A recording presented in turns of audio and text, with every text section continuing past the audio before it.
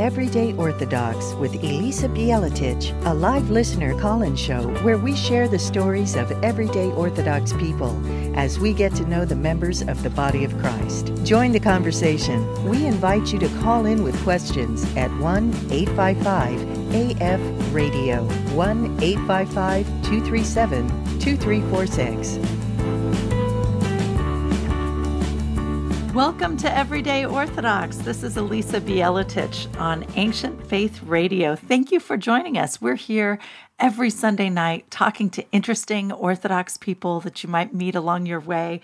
And I'll tell you, this is actually a pre-recorded episode. Usually we're live so that you can call in with questions. But we thought this was such an important one that we had to make sure to record while our guest was in town, because I was at church on Sunday and I met the most wonderful priest from Kenya. His name is Father Methodius. And I think that you're really going to enjoy him. And I really wanted him to come on the show. But of course, he's going to be on his way back to Africa. So he couldn't come on live. And so instead, we're doing a special episode where we've pre-recorded because we just wanted to make sure that you'd have an opportunity to meet him.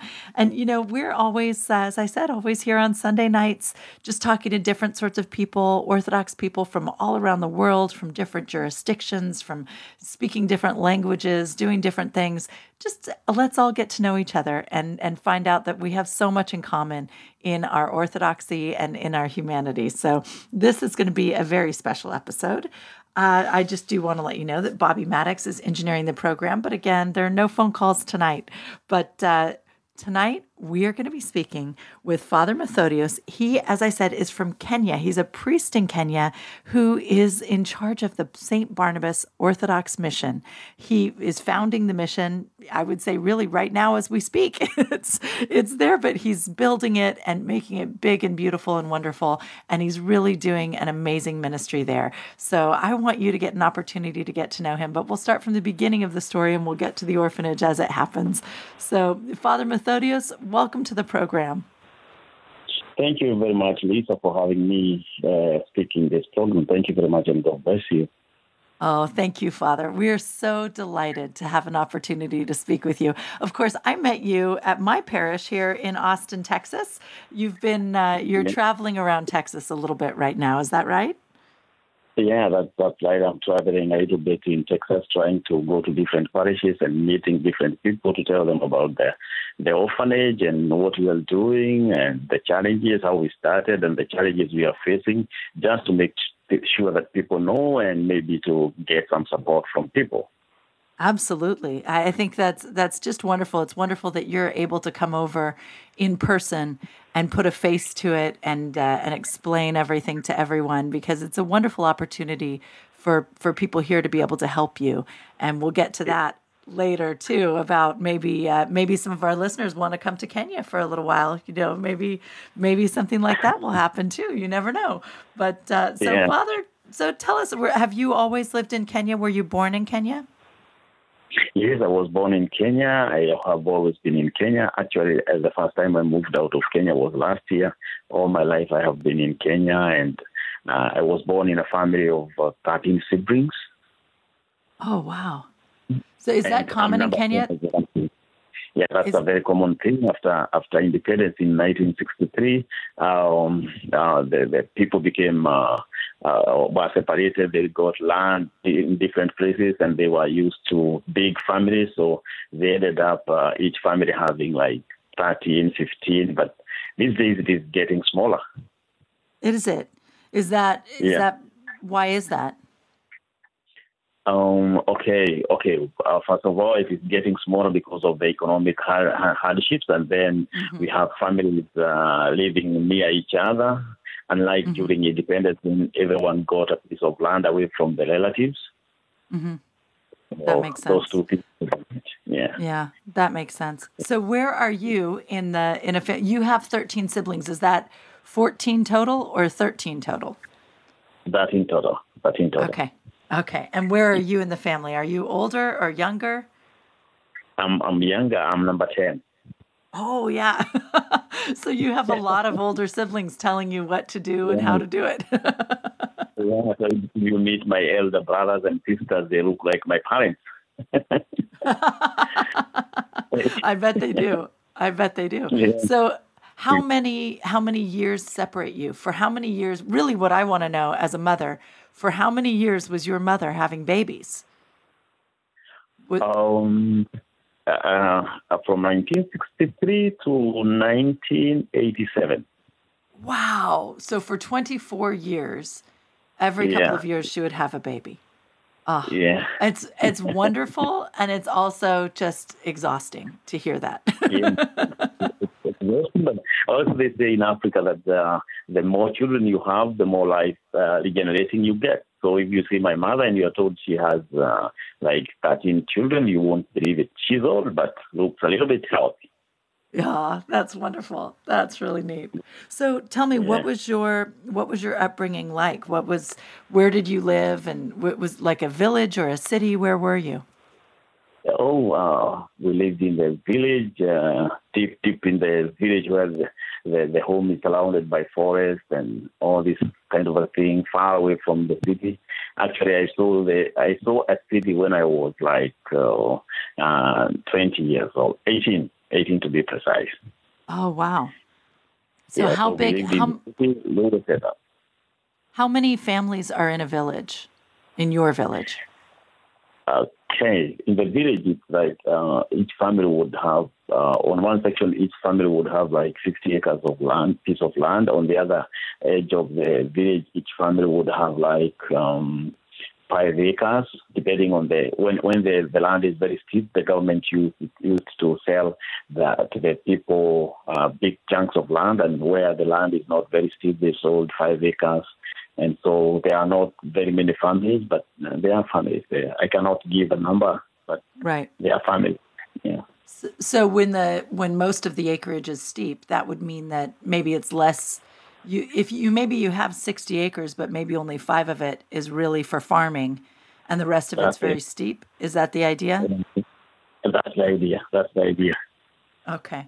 Oh, and so I imagine it must be beautiful, right, out there with all of the trees and in the forest. What kind of farming were people doing? That's subsistence farming. We would farm green vegetables and beans and maize, and keep a little bit a small number of cattle, cows, goats, and sheep, and chicken as well, and maybe have 3-4 guard dogs, because it is in the bushes, and predators like leopard would come, and so we had to have that kind of security. Right. And so what, as a child growing up there, were the children, I assume, doing a lot of work for the farm, right? You're taking care of the animals, I imagine. What kind of responsibilities did you have? Yeah, as growing up, especially during my time, because all the elder brothers and sisters were a little bit ahead of us, and they had moved away from the family. So while growing up, I would take care of the cows, the goats, the sheep. With my brothers, of course, and sisters, we would go to the farm and do weeding, sometimes planting, and as well as harvesting. And because we don't have piped water, every other day we would go to the river to fetch water. We didn't have large storage tanks, so it was a daily routine. Whether it is raining or it is not raining, at least every day we would go for water for the domestic use. And is water scarce in your part of Kenya, or is it it's abundant water, or is it? I mean, I know it's not. You have to go get it, so it's hard to earn. Yeah, you have to go get it. Yeah, lucky enough, my father got a piece of land which was just near a river, but other families would travel several miles to come get the water. But lucky enough, we didn't have to travel very far away from our farm. Nice. But So you were in a good spot. That's a very good place to be. I like that, next to the water. Yeah, and very of course, nice. Some families would bring their cattle from like 10 miles to come and get the water and stuff like that. Wow. That's neat. So did you mostly spend time with your own family, or did you know the people? I guess what I'm asking is, like, does the culture there, do you congregate as a village a lot? Or is it mostly because the land is so big and you're so far apart, are you mostly just with your family? as you grow big, you get to know basically everyone in the village. You know, like, let's say, like 100 to 200 families. And that happens when you go to school and you make friends. And during the weekends, you can sneak out, maybe go hunting with them with dogs, maybe. And then you get to know different places. And it was very useful to know people. You have to know the families. You have to feel like part of the other families, and they have to feel like that, and they will come visiting you. And whenever there is something like a wedding or something like a burial, many people will gather. So you are there, and they make the introductions, and you can learn who is who. That's it. So there is a lot of community bond.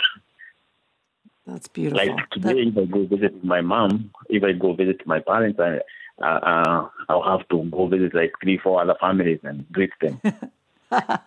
That's very nice. That's very nice. Yeah, that's always been my impression of African life, that people are very, very community oriented, that there's a lot of joyful celebrations together. Yeah. That is it. And we have like something we call life of passage, where children are now said to pass from childhood to adulthood, and this is done in community. It's a community affair, so you have to know people, and you are with them in the initiation. So what kind of rites of passage? What do you do for that? That is circumcision for boys. It used to be circumcision for boys and for girls, but then for girls it was discovered, or they were told not good, and so it's called female genital mutilation. It's no longer being practiced in my community. Right. Yeah. Okay. But do the girls still have kind of a celebration as they become adults, or did it turn into something else, or did it sort of go away? Yeah. When the children become adults, what do you ask? Sorry. Well, I'm thinking about, as you said, you don't circumcise women anymore, and that's good. But is there something that replaces that as an initiation or a rite of passage for the girls now? No, nothing. No, nothing. Okay. I'm just curious because we talk about that sometimes here too, that a lot of cultures have a very nice moment where you mark, okay, now you're an adult. And so for the child, they can feel that difference and they transition so nicely. Yeah. And then here, we don't always have that. And I have friends who, from Mexico, and in Mexico, there's a big party when a girl turns 15, and it's called the quinceañera. And, some friends of mine have been going through that, and all of the other moms are looking at each other going, we need something like this. We need to mark it. And in a way, in part to tell them you're an adult now, start being more serious. So, actually, the lack of something for women to know that now this girl is now an adult has contributed very much into early pregnancies and early marriages, because nowadays young men don't know who is an adult, who is a child, and if a girl decides to tell you they are an adult, then how do you confirm that they are not an adult? You possibly have to ask for papers, and maybe they don't have the papers with them. Maybe they have moved away from their family, and if they decide to lie to you, then you don't have any other way to know, and you don't have questions that you can ask them. So basically, that has contributed a lot to change in the social setup.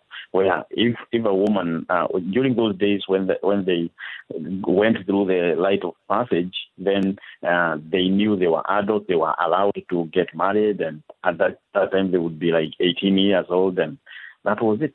So that one also has, maybe in the future we'll have something that will replace that, will replace the genital mutilation.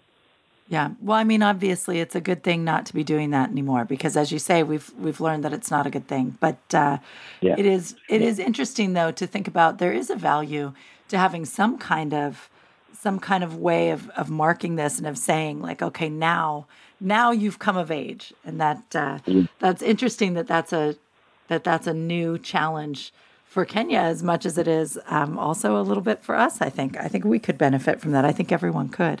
But well, that's interesting. So tell me a little bit about, so what was your How did you as you come into your adulthood, what did you want to do with your life, and what were your plans, and what happened? Okay, as I became an adult, first of all, I was not born Orthodox, and up to the age of 13, I was not Orthodox. So I had different kind of thoughts, and maybe not very mature thoughts. But then I converted to the Orthodox faith at 13. Oh, and then so what faith did your family have then? What were you raised with before Orthodox? I was raised as a Pentecostal. They used to call the church full gospel. I think you have the full gospel here. Mm-hmm. Absolutely. So you were Christian. You were a different kind of Christian. So at 13, did your family all convert to being Orthodox, or was it just you? No, it happened that we had a vigil at my former church on Saturday, and the vigil went up to around past midnight, and we walked back home and arrived very late. In the next day, everyone woke up and went to church and left me because I kind of came later than them. So when I woke up, there was nobody, and I felt I'm not going to go that far. It used to be far away from my home. So I wandered around, and in the nearby school where I used to go to school, there was a mission which had just been started, and I heard them chanting the Orthodox hymns, and I felt maybe I should go here and worship for today, and then on Sunday I can go back to the church. And then so I went into the church, stood there the whole service. I actually entered when they were through with all the roles, and they were now in the liturgy. And that caught my attention. And then I asked the priest, do you have books that one can read about what you are doing? It seems very different for me. And he gave me a book about the life of Saint Mary of Egypt, Saint Basil the Great, a simple edition. And he gave me a book about our Orthodox church family, about catechism and stuff like that. I was a very good reader. I used to read very many books and novels. And so I went and read those 3 books within 1 week. And so on Sunday, I felt maybe I should not go to my church. I should go to that church that I went on Sunday, and as well as return these books. And when I returned the books, he gave me more. And I read many books. And within 3 weeks, I had decided I'm not going back to the Pentecostal church. Wow. And that is amazing. And I informed my parents that I'm changing and I'm going to the Orthodox, which is new there, and they didn't have an objection. So I did my catechism. I was baptized after 6 months and made an altar boy. I was the first altar boy there because they were new, and we were several boys of several of us. So that's how I became Orthodox. And so as I grew up now, from that point, I always thought I would like to become a priest, but then I would like to be a priest and a doctor at the same time. Because many missionaries would come from Greece. They would tell us, "I'm a priest. I'm a doctor. I'm a priest and doctor. I'm a priest and something else." So I thought, because I was always on top of the class, I thought maybe being a priest and a doctor would do a good thing. I always wanted to be a surgeon. What a beautiful thing it would be to be a priest and a doctor. Then you can really, there are many saints who are priests and doctors, and they can really take care of people. They can really serve people. Is that, were you always someone who wanted to take care of people, or was it more like the intellectual interest of medicine and surgery that was interesting to you?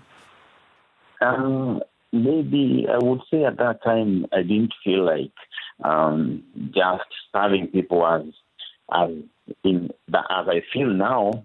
I felt like being a doctor would help me earn my living, and being a priest would help me serve the spiritual need of the people and help also develop more Orthodox communities around, because it was new in our area. So I wouldn't say that. I wouldn't say that I really, because we had problems in the village, but we didn't know of any other kind of life. There was no television to see the soap operas and other forms of life. The only thing that was means of getting news was either an old newspaper or a novel or books or the radio, which of course reported only things that the news that are reported is not about how people live other different kind of lives. Yeah, that's right. That's right. Yeah. So you were kind of thinking of it. That's interesting that you were thinking ambitiously, of course, that a doctor can earn a good living. So that's a good choice for a young man who would like to live a good life. But also that you were thinking that you could further the church by being a priest who had enough money and was influential enough that he could then build other missions and do more than that. Because I remember at one point in church you had mentioned that you had thought even about being a senator. So it seems like even from a young age, you were really trying to think, you always thought big. You know what I mean? Like you grew up on a farm, you could have wanted to be a farmer forever, but instead you really wanted to do something big, didn't you?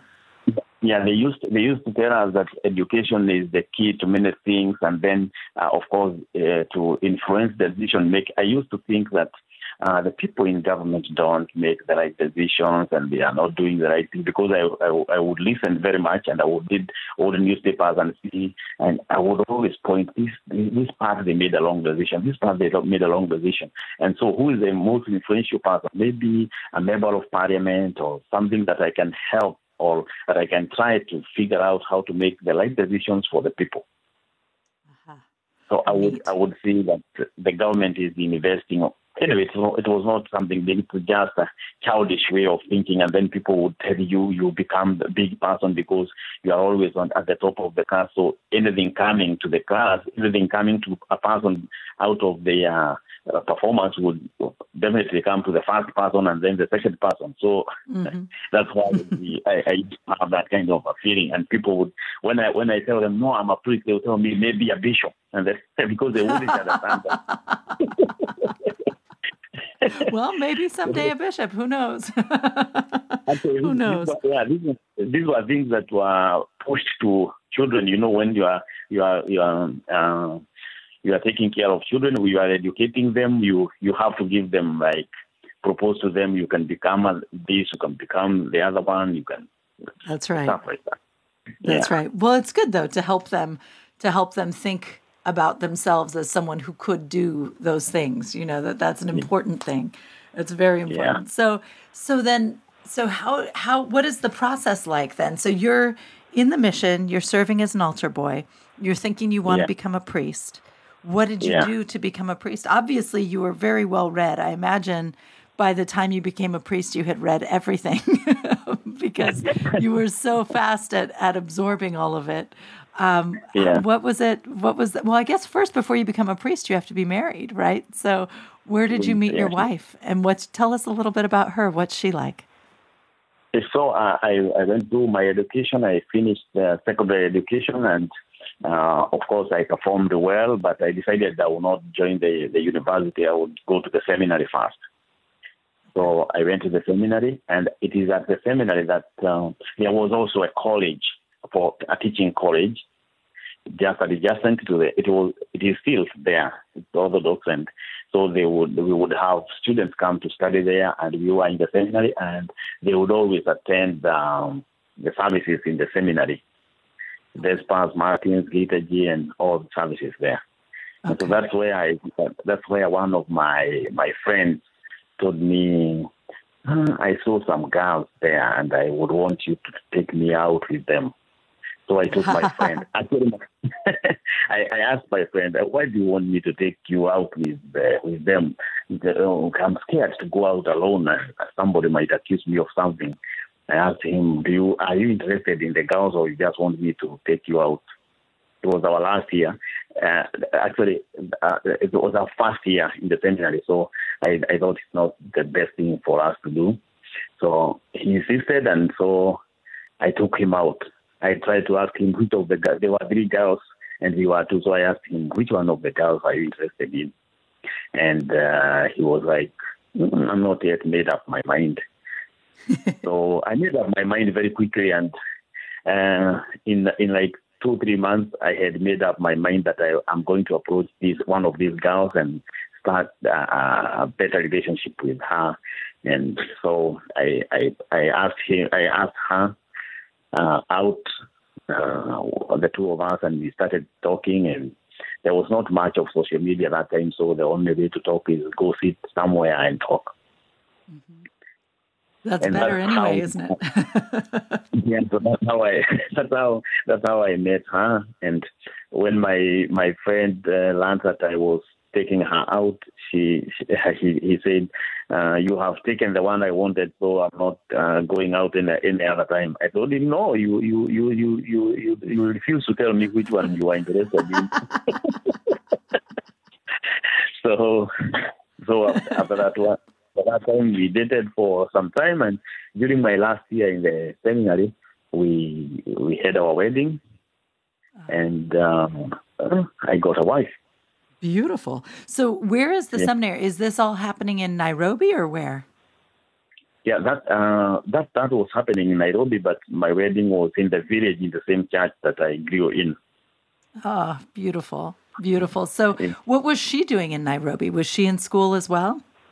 She was in school, and I got scared that if she's from far away from my community and actually from another completely different community and tradition. So I was like, if she goes away from school, I might not be able to get her. So I would better marry her now. So I proposed we get married, and she accepted. And so we organized everything and married during my last year in the seminary. She finished her education earlier than me, so 1 year before. So you had to hurry before she went back home and disappeared forever. Yeah. Was she Orthodox as well, or were you the first person to tell her about Orthodoxy, or did she already know? She was born Orthodox. Her parents, her grandparents are Orthodox. Oh, beautiful, beautiful. Yeah. And so, how many Orthodox are there in Kenya? I wouldn't be very sure, but there are not very many. Maybe several thousand.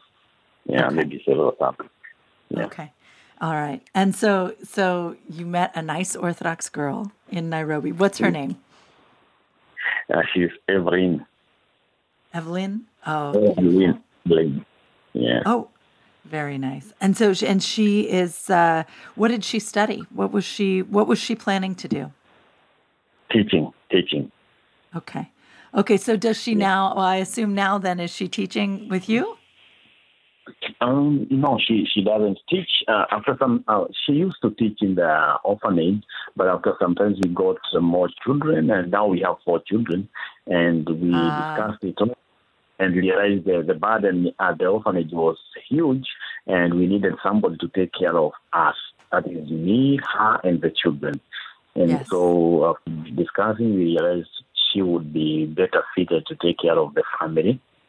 So she takes care of us and makes me be sober, and whenever I have stress, she's free. She can take care of me. So she is at home, but always trying to help and helping at the orphanage.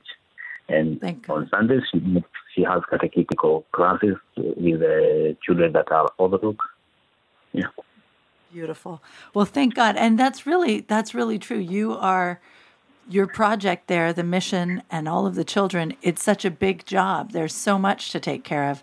You need someone who can take care of the home and take care of the family and take care of you so that you can all recharge and have something to offer. So that's a very beautiful arrangement. I like that very much. Well, so we are going to take a short break. We are here with Father Methodios. He is from Kenya, and he is the founder of the St. Barnabas Orthodox Mission in Kenya, and so also a founding member, I think, of Orthodox Africa as well, which many of you surely recall. We had Father Silouan Brown on, and we'll talk a little bit more about the orphanage, about how it came to be, and a little bit more about Orthodox Africa as well when we come back from this break. Thank you. Everyday Orthodox with Elisa Bieletich will be back in a moment. Give Elisa and her guest a call at 855-237-2346. That's 855-AF Radio.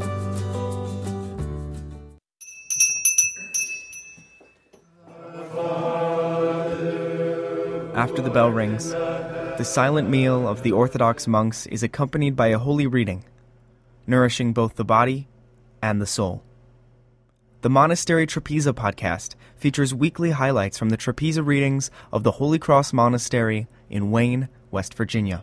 Today's Gospel confirms to us two great mysteries. The first, that this man who had been sick for a long time carried the cause of his sickness and his suffering in himself, in his sin. The second, that the Almighty Lord Jesus healed the sick man by his divine power with the words, "Rise and walk." Lord have mercy, Lord have mercy. To find this podcast and many others like it, you can go to ancientfaith.com.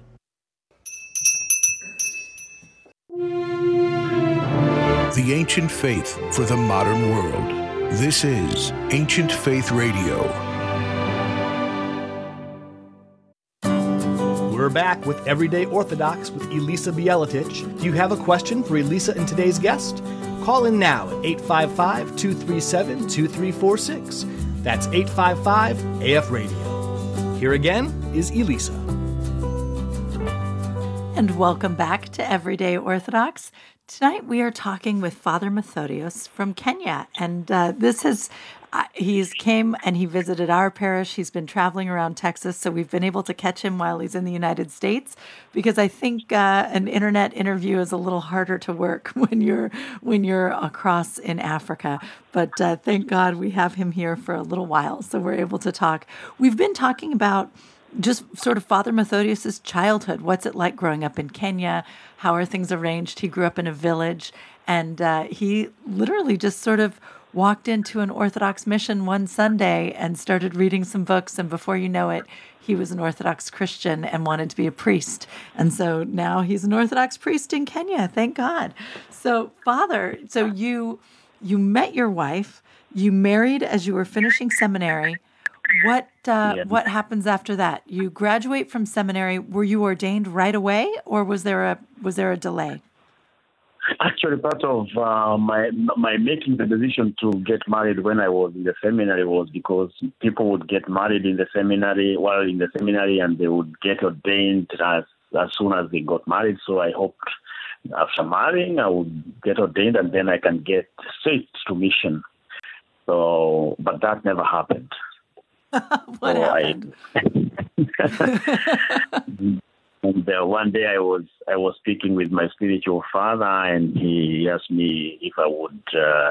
I think after seminary I would want to be a priest, and I said yes. But he said, "But you are still very young, so you need to grow." So I was like, "Oh, I thought I was an adult already." But so I finished the seminary, and we settled in the outskirts of Nairobi city. Isn't that funny how we feel like, I think we all feel like adults a while before we become adults or at least experienced adults. I think all of us have had a moment like that where we said, okay, I'm ready. I'm a grown up. And someone looks at us and says, no, you're not ready yet. You need a little experience first. Yeah. So what kind of experiences did you have? What were you doing after seminary then? So after seminary, when I was in the seminary, I got time to learn things about photography and video coverage and editing, and this I did as part.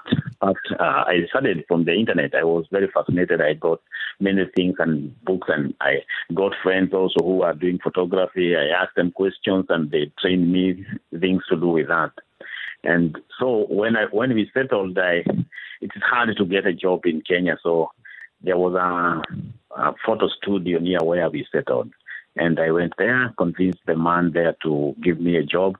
He said they were not hiring. I insisted, no, whatever you give me, I'm ready to take, because I had to take care of my family. And he accepted to give me a little bit. And so I would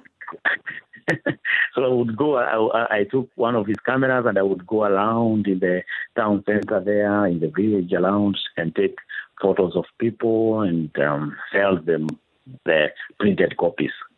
Mm-hmm. And so that's my...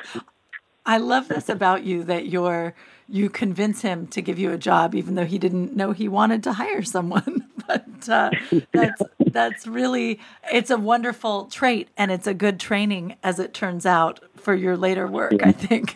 So you're going around and taking pictures. Is that just like do you just walk in to a shop and say, maybe you need a family portrait, let me take some nice pictures? Is it, or are the people asking for you to come?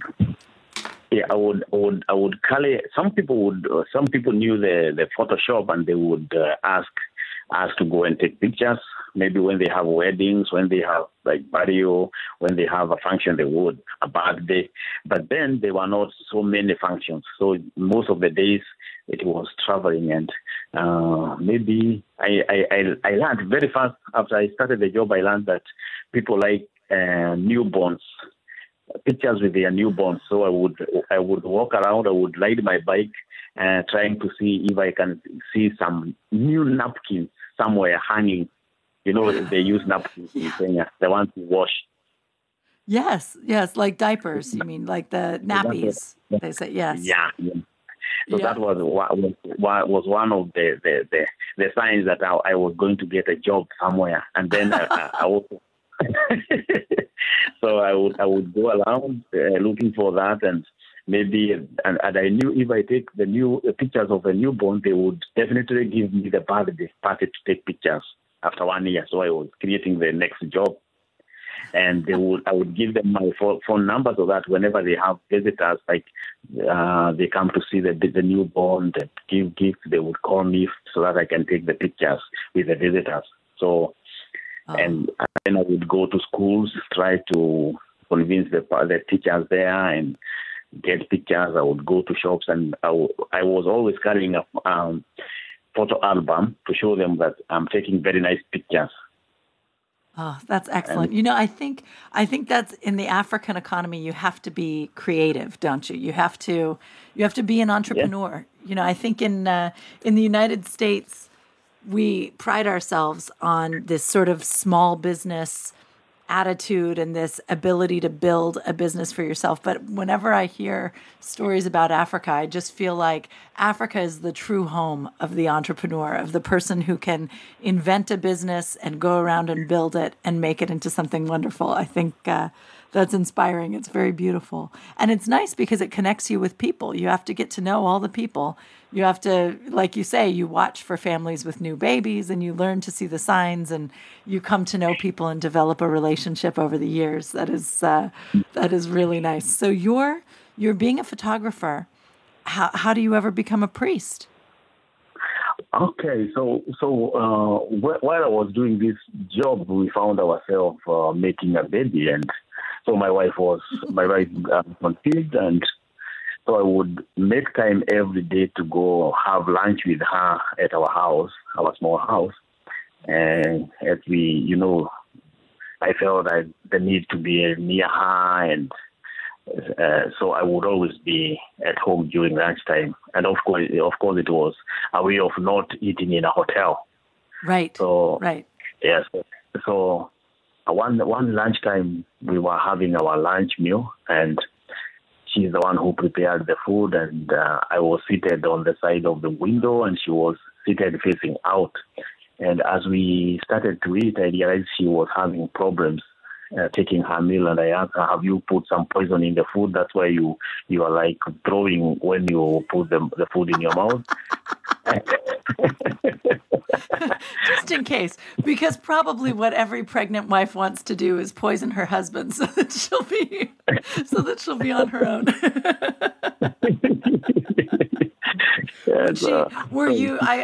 I assume you were worried that maybe there's something wrong with her in her pregnancy that she couldn't eat, right? Yeah. I was kidding, but I had to know why is she behaving differently from the way she behaves when we have food. I was kind of inquiring and telling her she has poisoned me. People who just got married, they don't have problems, and so telling her she's poisoning the food was like a joke. So right. And then she put poison, and we were eating from the same plate. So that's right. So it's very suspicious when she's watching you eat and not eating anything. So why wasn't she eating? What was wrong? Yeah, so she pointed outside through the window, and I turned to see what she was pointing at, and I saw 3 boys eating from the rubbish pit, which was just a little distance from our house. And I realized that because the children were taking scraps from the rubbish pit, that's why she was feeling like throwing, because of seeing children eating from the dirt. And I thought, should I chase the boys away or maybe tell her to turn the other side? But I made a decision to call the boys into our house to have a meal with us. I felt like if I told her to wash their hands and give them some food to eat, she would feel clean and be able to eat. And so I usually tell people that this is the first mistake I made of inviting the boys into my house. We were talking about it in church this weekend. My priest was saying Father Methodius is a little reckless. And this is a first mistake. This is a reckless move to decide to invite the boys in. But it's very beautiful too. It's a very Christian move to invite them in. It's something I think Christ would have done as well. So it's so how did that go with the boys in the house? Were they good boys? Did they wash their hands and sit down? Yeah, they were very pleased. They had all these smiles in their face, and they could see the food on the table. When they were washing their hands, they could smile because they knew they were having a hot meal, and they could see what it was. So they washed their hands and they sat down on the floor. They were given each a small plate of food. And as they started eating, I told my wife, okay, let us continue eating. And she was able to eat. And so the following day, the boys came back at lunch. They knew where the food was. Yeah, they knew where. They never came to the rubbish pit again. They always came to my house. And so we continued giving them food. Every day they came, we ate together. And then I started coming sometimes, and my wife had got now children to live in the house, and she could go leave the house open with the boys there. Okay. So what are you saying? She could leave the boys in the house? Yeah, she could leave them in the house. When they come before lunch, she could leave them in the house, maybe run to the nearby grocery, which is to buy something. Or maybe. Yeah, after the baby was born, that they were actually starting to help out a little bit. No, the baby was not yet born. We were still waiting for the baby. Oh, still waiting. Okay. Okay. But so they were good boys. She could trust the boys, and they could be in the house, and they could come over, and it sounds like they became almost like nephews, or like part of the family a little bit. Yeah, to her, but to me, I didn't trust them as much. I thought maybe they, as they grow, they might pick something from the house. You know, I felt like I needed to protect my wife and my coming baby, and something bad might happen. So I convinced my wife, maybe we should not let the boys get into the house as often as that. Maybe we should not have them in the house wherever they need. They should come for food. And then, as we discussed, I remember that I had seen some abandoned houses somewhere, some shacks, and I suggested to my wife, maybe we should hire this house. I showed her the photos of the rooms, and she said, but they are very dirty. I told her we are going to try and renovate and make it a nice place where they can have a meal, and then I'll get a girl to volunteer and take care of them, and I will be giving her some little money every end of the month. And the food, we shall have the girl cook the food there, or come to our house and take the food and take to the boys. And we can always go see the boys, talk to them, and she will start, because they were not going to school, she will start teaching them reading and writing and arithmetic, just to make sure that they were not only eating. And my wife accepted that we should do that. So how many boys were there at this time? At this time, there were 3 boys. Still with just the 3. But so you decided really to set up a little school with food for them, a little mission just to take care of them. That's a beautiful thing. That's a beautiful thing. That's a nice inspiration that you received there. So that was the second mistake. It was very reckless because I didn't have the money to do all this. I had a little money that I had saved for my family, I always, whenever I was not in school, I would do some business, or maybe, and also in this work I was doing, I had saved a little bit of the money.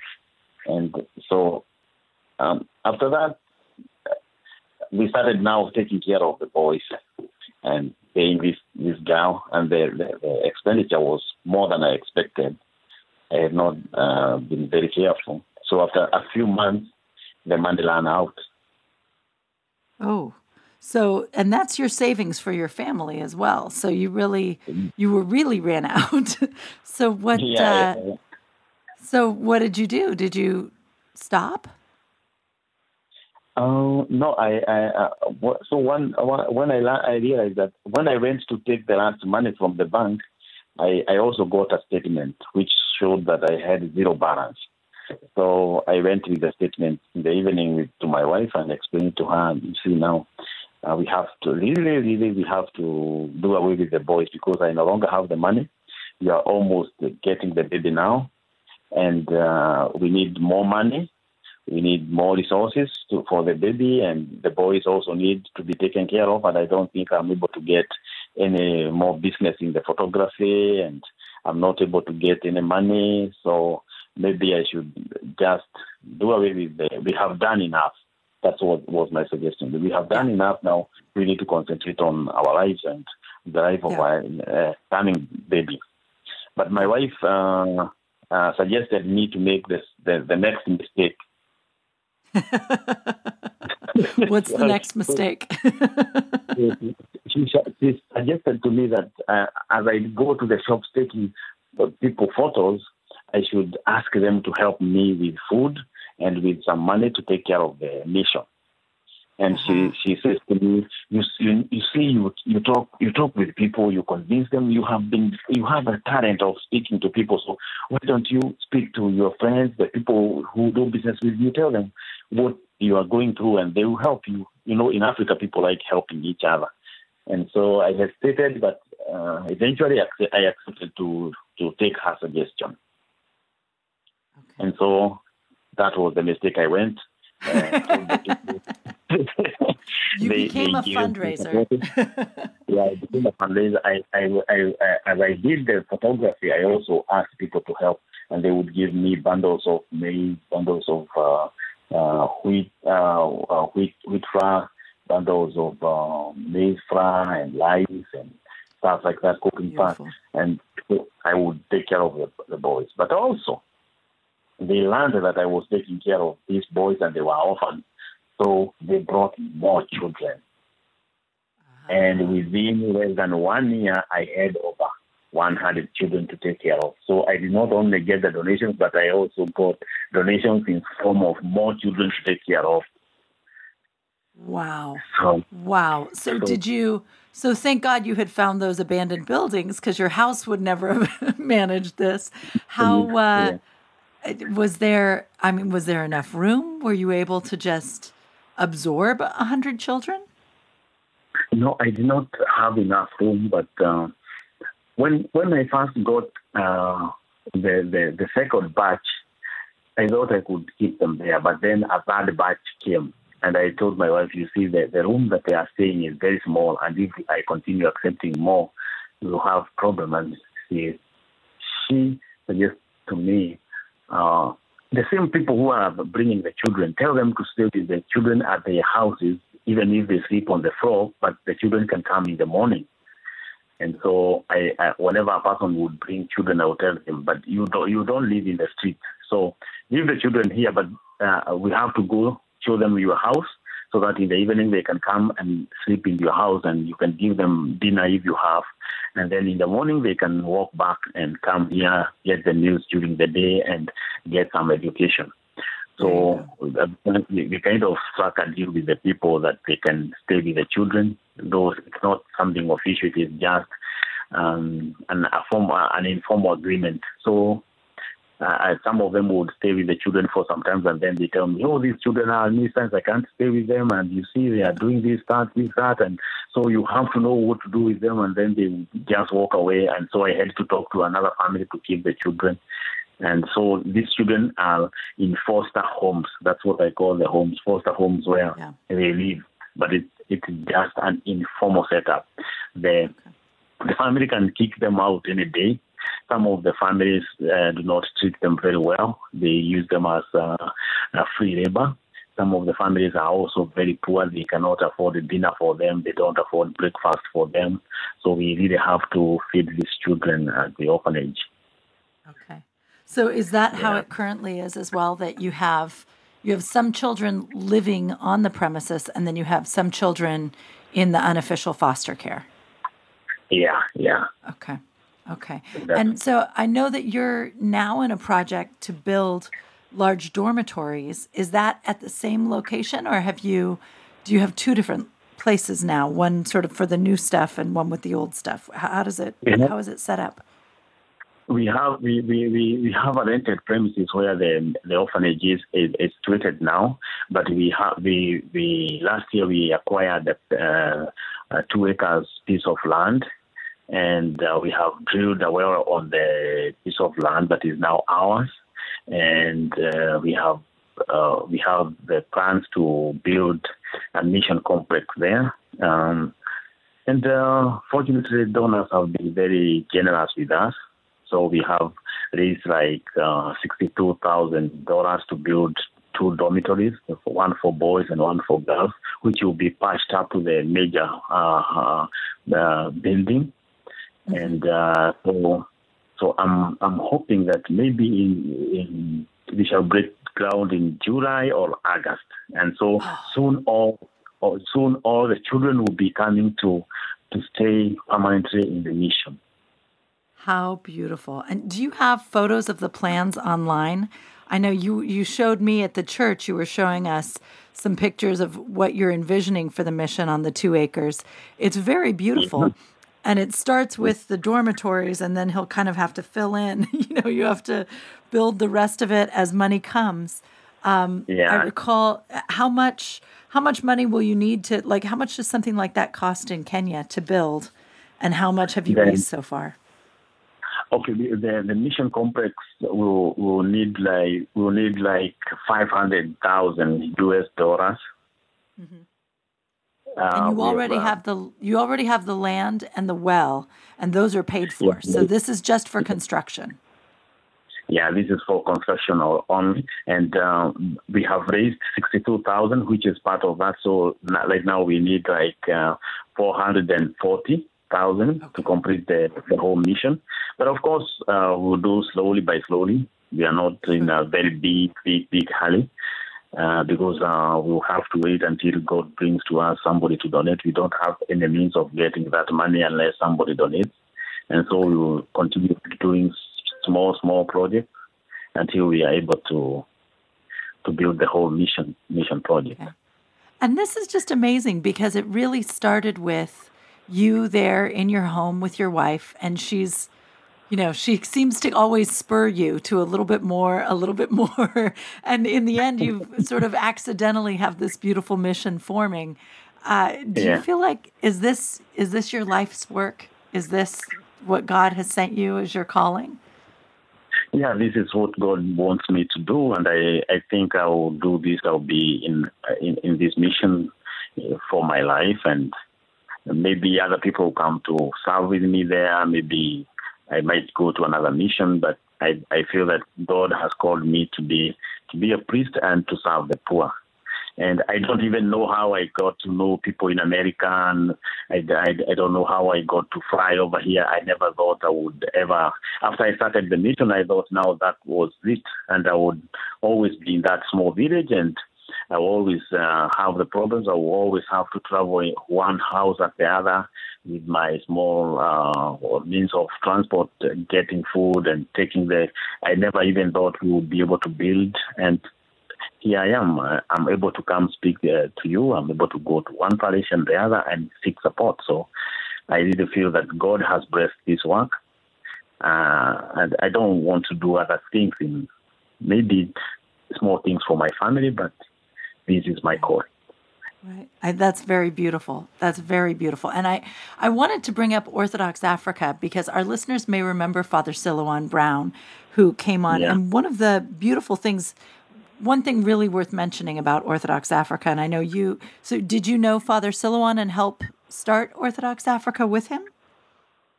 Or are you just partnered with him later? I met Father Silouan before Orthodox Africa was established, and he was speaking to me, and I invited him to Kenya. And when he came, I told him, come and see for yourself so that somebody doesn't convince you that this is not happening. And he accepted and came to Kenya. And we worked together to bring up Orthodox Africa, and it is helping us because it is able to connect us to people. It is able to write about us online and reach out to many people on our behalf. Orthodox Africa has really helped to place St. Barnabas Orthodox Orphanage and School where it is now. So that's right. That's wonderful. And so Orthodox Africa, you can find it online, orthodoxafrica.org. And one of the things that goes on, we're also, in America, we're so far from Africa. And so it's hard to know. You can, if you start looking for a mission to help or an orphanage to help, there can be a lot of different people with a lot of different things, and it's hard to make sense of what's going on and who's the best person to help. Father Silouan started doing this with you and with others, where they're auditing the finances of each mission that they're supporting. They're visiting in person to make sure that the children are taken care of well, because you don't want to be supporting a mission and then find out that someone's been abusive to the children, or somebody's really taking the money and buying fancy cars with it or something else. And so it's really a lovely way of certifying that different projects in Africa are real, that they're legitimate, that they're truly helping people, so that you know that when you're giving a gift, you're really helping people. And of course, so you're one of the main missions supported by Orthodox Africa. And so I assume that means that Orthodox Africa is keeping an eye on you and looking at your finances and confirming that everything that you're doing is really for the best for the children. Is that correct? Sure. That's very correct. They are always asking for these details about the finances and how we are doing it. Actually, that's how we structured Orthodox Africa to be, so that I don't know how long I will live, and somebody might come and abuse the children and do so. There has to be somebody taking care of that and making sure that all the money that comes to us is used in the right way, and and to always remind of the mission that we have to take.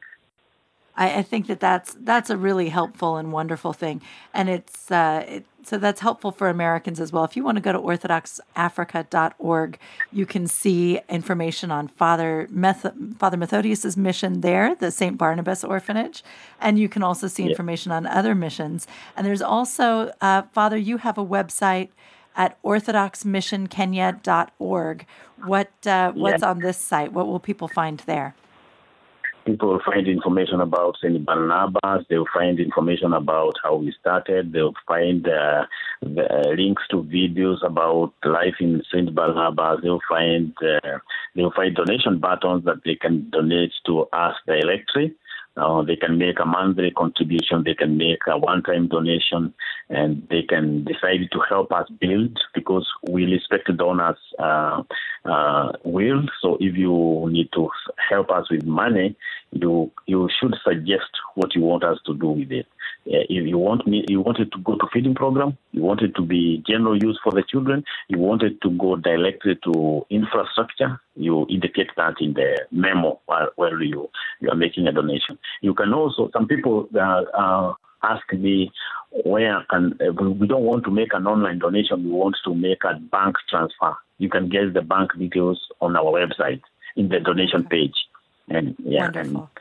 And you use PayPal and all of those things, so it's all secure and it's all organized, and you'll get your paperwork and all of that. And our website is secure as well. So yes, absolutely. So it's Orthodox. I'm sorry, is it Orthodox Kenya? No, I'm missing a word. What's the Orthodox Mission Kenya? Yes, orthodoxmissionkenya.org. Or St. Barnabas Orphanage.org. St. Barnabas Orphanage.org also.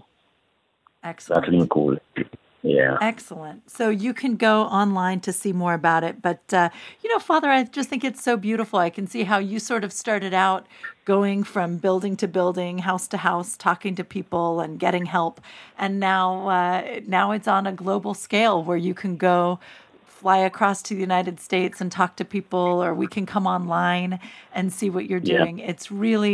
It's really beautiful to see how these things grow over the years. And in this sense, something good happening with technology, something good with the internet. And with Facebook, they're on Facebook as well, St. Barnabas Orthodox Orphanage and School. You can look them up on Facebook and follow to see pictures and photographs and updates on what's happening. And God willing, soon we'll see photos of a groundbreaking for the new buildings, Father. Yeah, sure. I also invite people to go to our website, get the email address, and write to me. And we are inviting people to come and visit the orphanage, work with the children, stay there at the orphanage, and see how things are being done there, and have a touch with the real thing on the ground. Well, that is really a beautiful thing. And so for anyone who is, I think a lot of us, we see pictures and we hear things about beautiful things happening in Africa. And, it's hard to figure out how to get started and how to do something like that. You can just email Father Methodius and make a plan and just show up, and you can actually go volunteer. What kind of work would you put us to, Father, if we show up will you pick us up at the airport, and what do you want us to do when we're there? Yeah, when you show up, I'll pick you from the airport to the mission. And at the mission, you can cook for the children. You can pray with the children. You can teach the children some writing skills. You can teach them some religious education. You can do some physical activities with them.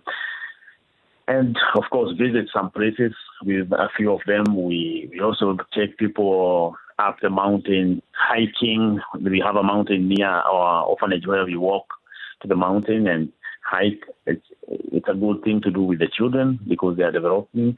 And and if you want some fancy things, we can take you to the game reserve and where to stay. You can stay in a 5-star hotel which is near us, depending on your taste, or you can stay at my house, which is near the orphanage. That is beautiful, Father. That is really, so you can come for a real experience, a real Kenyan experience, and live there in the house with Father for a little while, maybe come for a couple of weeks, or perhaps if you prefer, stay at a hotel and show up every day and walk and work with the kids. And I think, it's sort of unbelievably simple, isn't it? It's actually not that hard. It is simply writing an email to me and getting in touch and organizing the date, and you pay your ticket. You do a little bit of fundraiser. Of course, I know people like to come and help do something. And once we start the building project, you can come and take part in the building.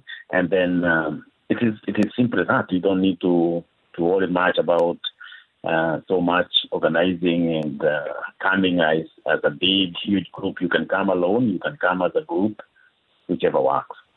That's beautiful. And you can tell your parish. If you tell your parish you're coming, people are going to help. They're going to help pay the ticket. They're going to want to send some gifts with you to send to the kids, all kinds of things. Actually, I strongly recommend to people to do fundraising for their trips, to create an audience, to inform people that they are coming so that people will be interested in what they are coming. And when you come, you have people to listen to your experience in Africa when you come back to America. That's right. And then you're doing two things. You're helping in two ways. You're helping physically by being there and participating in the work, but you're also helping by spreading the word and getting people involved and letting people know about the orphanage. That's fantastic.